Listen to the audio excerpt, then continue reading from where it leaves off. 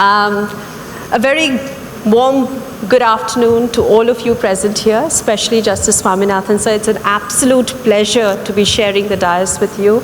My friends from NUJS, Dr. Khan, Dr. Kumar, Dr. Anuradha, thank you so much for giving me this opportunity to being a part of this orientation and induction week for your 2019 intake. I must say I'm absolutely honored as well as scared because I've been instructed to give you life-changing advice that you would find fruitful in your journey for the next 5 years in law school. Now, I did think a lot as to what I'm going to talk about today. You know, I did spend some time thinking, and I thought, why not start with my own journey? 13 years ago, I was in the same place. I was one of you in the audience in my own orientation day. And on the day of my orientation day, I can still very well recollect, I was nervous, I was scared, I was confused, and I was eager also. I was scared because I didn't even know whether I had chosen the right profession, if law was meant for me. I was nervous because I didn't know what my future held for me. And I was eager. I was eager to give my best. I was also confused as to how come I made it through this national law entrance examination, and how come I'm even sitting here. And I was scared that what if someone finds out that intellectually maybe I'm not that good enough, they'll soon find out, and the fraud, the mask would come off my face. So it was a mixed bag of emotions for me. But one thing, amongst all the things that I was unsure about, I was confused about, there was one thing that I was absolutely sure about. And that one thing that I was absolutely sure about was, even though I may not have been the most intelligent person in the room, I was sure about that when it came to hard work, perseverance, focus, I could give the stiffest competition to the best in the room amongst all the peers of mine that were sitting in that particular room. So these were the tools of hard work, perseverance, and focus that I thought I will take on, carry it on, these tools which will stand me in good stead, not just during my law school time, but I tell you, even after the many years after I moved on from law school, these 3 tools stood in very good stead for myself. May I also add one more point? It is called self-belief. Now, self-belief, mind you, is not overconfidence, it is not arrogance. It is having that faith in yourself that when things are not going as per your plan, when there are many more adversities than you had thought there would be, you still believe somewhere down the line, you'll find a solution, you'll get out of it. Never lose that self-belief in yourself. Even if people around you start doubting you, start losing faith in you. Trust me, hard work, perseverance, focus, and self-faith will take you a long way, not just through the 5 years in law school, but even for years to come after that. Now, as a student, I often wondered, why can't just someone make me sit and tell me about all the tools, about all the weapons, not just the 4 that I was slowly discovering. Why can't just someone sit with me and tell me, Debolina, these are the tools you would need, chalk out the path for me, and all I have to do is just follow it and mark my way through, right? It would have been so much easier, so much more convenient if someone just sat me down and told me in a consolidated manner what I had to do in these 5 years of law school and thereafter. So I thought, why not discuss my experience, things that I've discovered along the way, most of which has already been covered by Justice Swaminathan, my friend Abhishek here. Most of that has already been covered, but I thought I would give it to you in a consolidated manner, in a point-by-point manner as to what stood me in good stead during my years in law school. Have you got your notebooks? I hope all of you have got your notebooks, because I'm going to now lay out the points in front of you. I'm just joking. I don't mean that you should come with your notebooks to your orientation day. The first point that I thought that I should emphasize on is raise the bar. Keep raising the bar for yourself. When I say the bar, I mean the expectations that you have of your own self. Compete against your own self and never, never, never be satisfied. In the first year of law school, first semester, my only aim was to just pass the exams because I was unsure that how I even made it through law school. So my simple aim, my simple goal in life was to just pass the exams. Second semester, I wasn't just satisfied with passing exams. What I wanted was a rank. I wanted to do so well that I wanted to be reckoned in the top 10, top 20 students. And I did achieve it. Had I not set that goal, I don't think I would have achieved it. After having a good rank in class, the greedy self in me wanted to get the best internship. So you see how I was raising my goal with each passing phase. So I wanted the best internship that India had to offer at that particular point of time. And then I wasn't satisfied with that either. I wanted the best job that India had to offer at that particular point of time and made my way through Amarchand Mangaldas straight from campus. At Amarchand Mangaldas, 9 months into the profession, I was again setting new goals for myself. And the next goal was to make it through a Silver Circle law firm in London.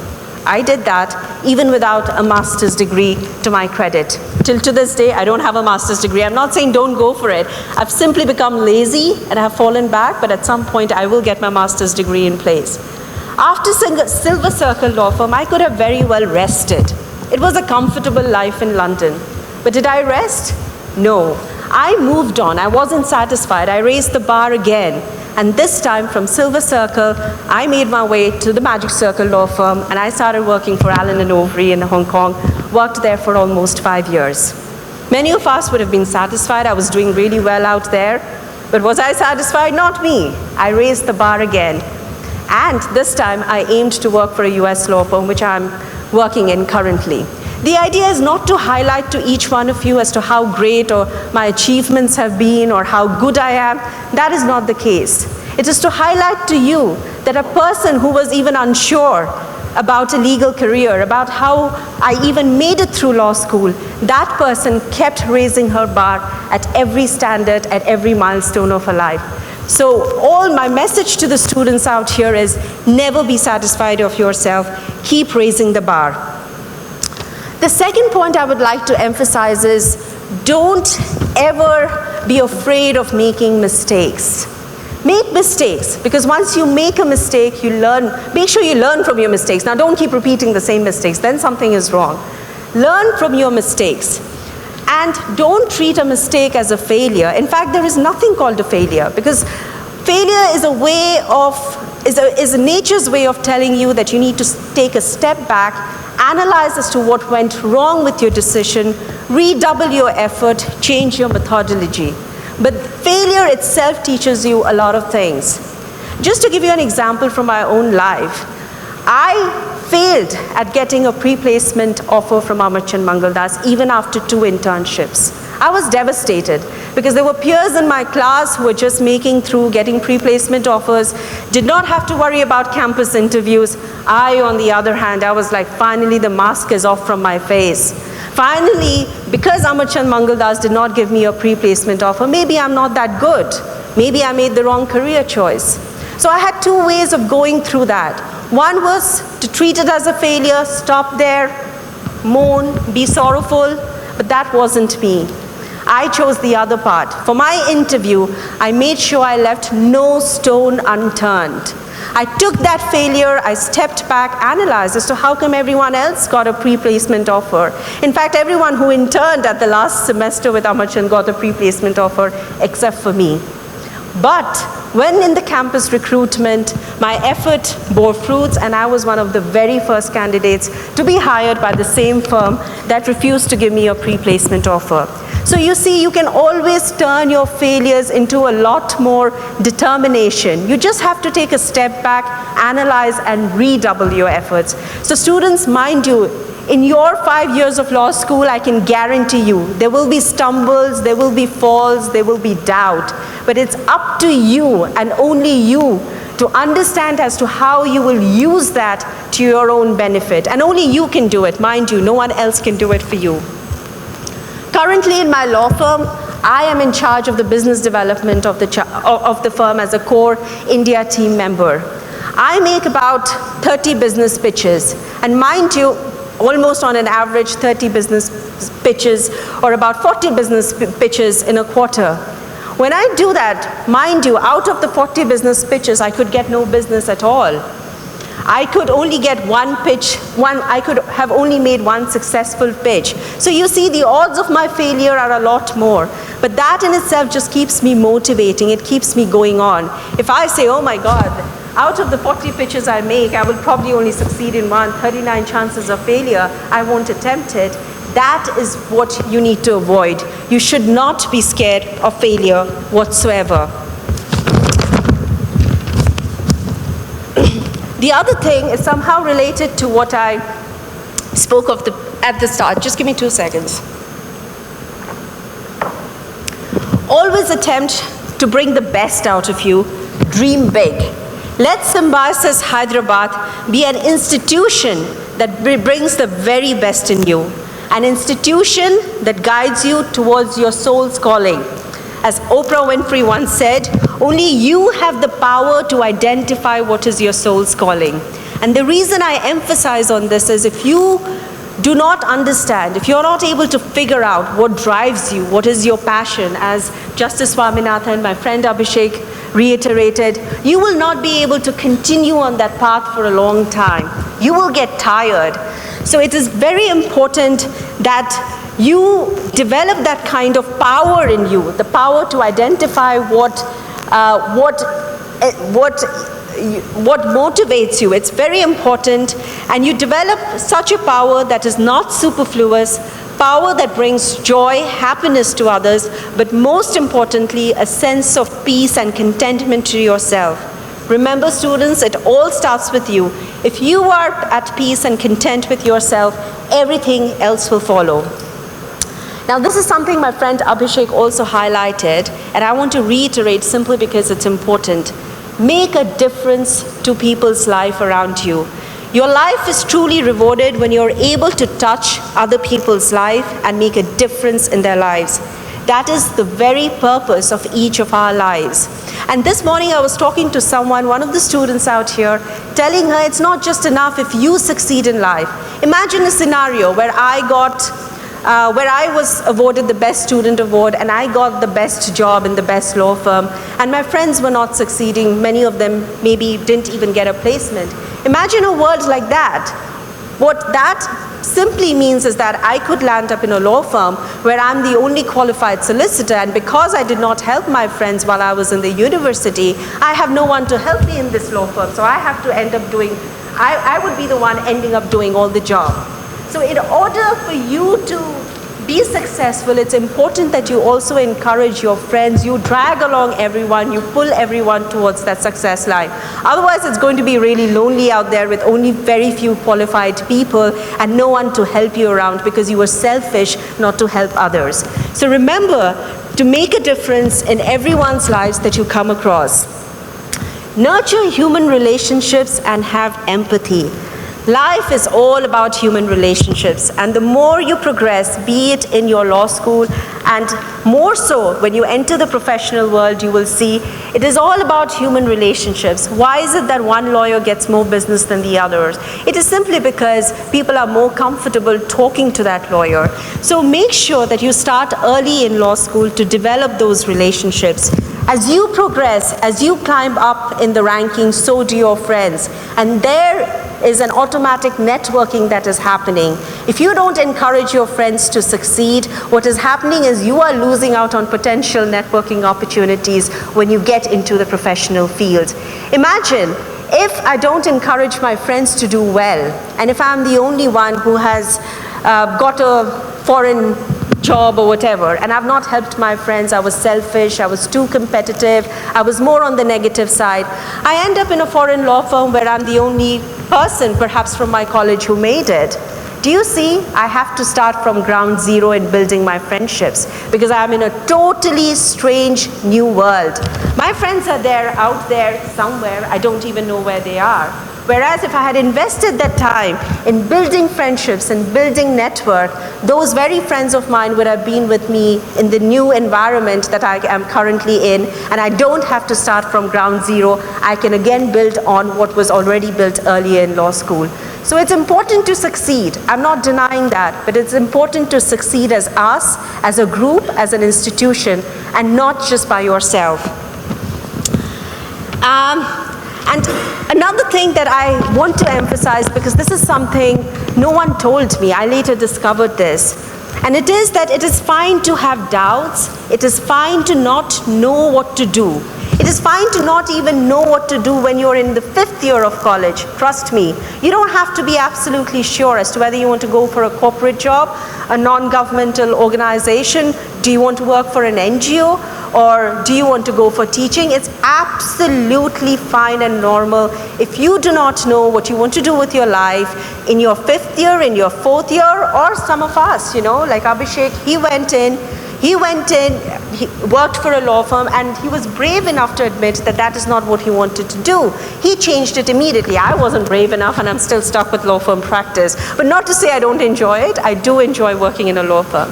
So what I'm saying is, what is important is that the minute you realize it is not your calling, you have to be brave enough to take your own path. That path could be lonely. Don't just follow a path simply because your peers are following it. Just because 25 people in my class are now appearing for foreign internships, that should not be your reason for applying for an internship abroad. You should want to do it because you want to do it and you feel you will be good at it and you can make a difference. Not because my friends 100 people in my class are doing it, I don't know what to do, so let me just follow the easier path. Trust me, that will not last. You will not feel satisfied with a job chosen that way. So it's what I'm trying to say is that it's okay to have doubts. It is okay to change your route. It is okay to change your subjects whenever you feel the time is right for you. Don't connect your path to your peers' path that they are taking. Another important thing which I think I should tell all of you early is, do not allow yourself to play the victim. We all will go through adversities in life. I myself have, and I can be here 7 days and 7 nights telling you of all the adversities I've been through. But just remember that every adversity brings an opportunity with itself. Identify that opportunity. It's okay to feel down, but don't spend too many days, too many weeks mourning or being sorrowful about your situation. You and only you can change it. So do not ever allow yourself to play the victim.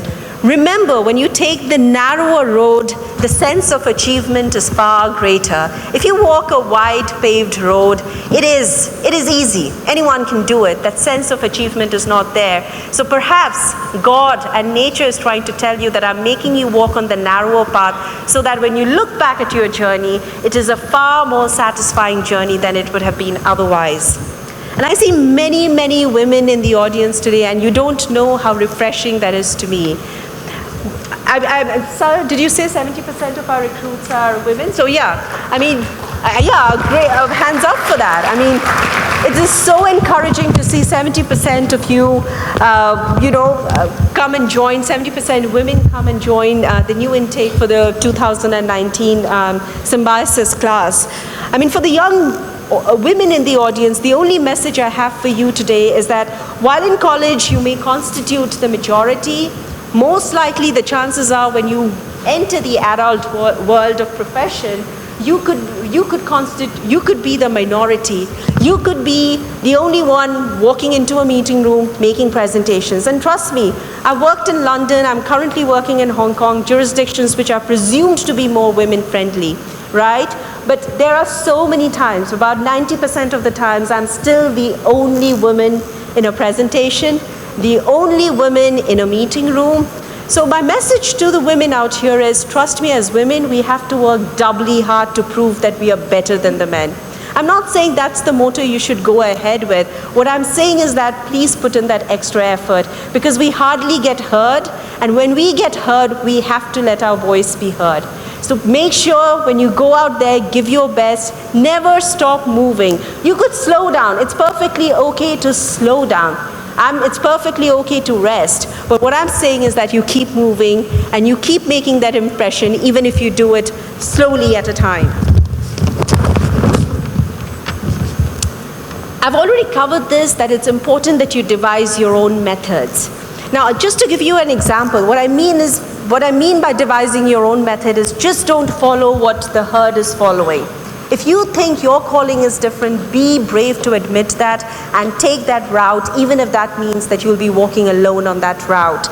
Just to give you an example, 9 months into my profession, at my first job in Amarchand Mangaldas, I saw many people, many of my seniors applying to foreign law firms. And then I felt I should also apply. It didn't strike me that I didn't have the experience that perhaps my seniors did, and therefore they were applying for foreign jobs. Somehow I felt ready for it. But the more I discussed my plans of sitting for a foreign international law firm interview process, the more discouraged I got, because my seniors, and they meant well for me, trust me, they came and told me, Debolina, you're just 9 months into the profession, why don't you get more experience working here at Amarchand Mangaldas, do an LLM, and then go for your first foreign job or foreign interview. And I was like, that sounds like a really long time. Who's going to wait 3-4 years? I was impatient, I was eager. I personally felt I was ready. And what did I do? Did I listen to them? No. I devised my own way out. I applied for the job, and boom, I did make it. 9 months into the profession, I made it into an international law firm, even without a master's degree in place at that point. I surprised many. And I surprised myself too, because I was thinking of a training contract, but I ended up with the position of an associate, which was really uncommon at that particular point of time. What I'm trying to tell you is not how good I am, but what I'm trying to tell you is that if you feel you are ready, don't allow anyone else to tell you that you're not ready. Listen to them. There is no harm in taking advice. The more you listen, the more you learn. But if you truly at your heart feel you are ready, don't let other people's experience shadow that. Just go ahead with your plan. And remember, your journey is your journey alone, and take it at your pace. As you go through law school and then into the professional field, you will see certain people achieving certain certain milestones of their life much earlier. There could be people who could be made partners when they are at 29. But what I'm trying to tell you is that it's okay to be a partner at 29. It is also okay to be a partner at the age of 45. And the reason I'm telling you that is what is more important is that you develop yourself more holistically. What is more important is that you enjoy life and you enjoy the journey. So don't get bogged down. Don't compare your journey to someone else's, because you don't know what that person has been through. But what is important is you remain focused, but don't just develop yourself academically. Develop your personality, develop yourself holistically. And I'm sure this is something that's already been highlighted by some of the earlier speakers who spoke before me. And participate. Remember this word, participate. Law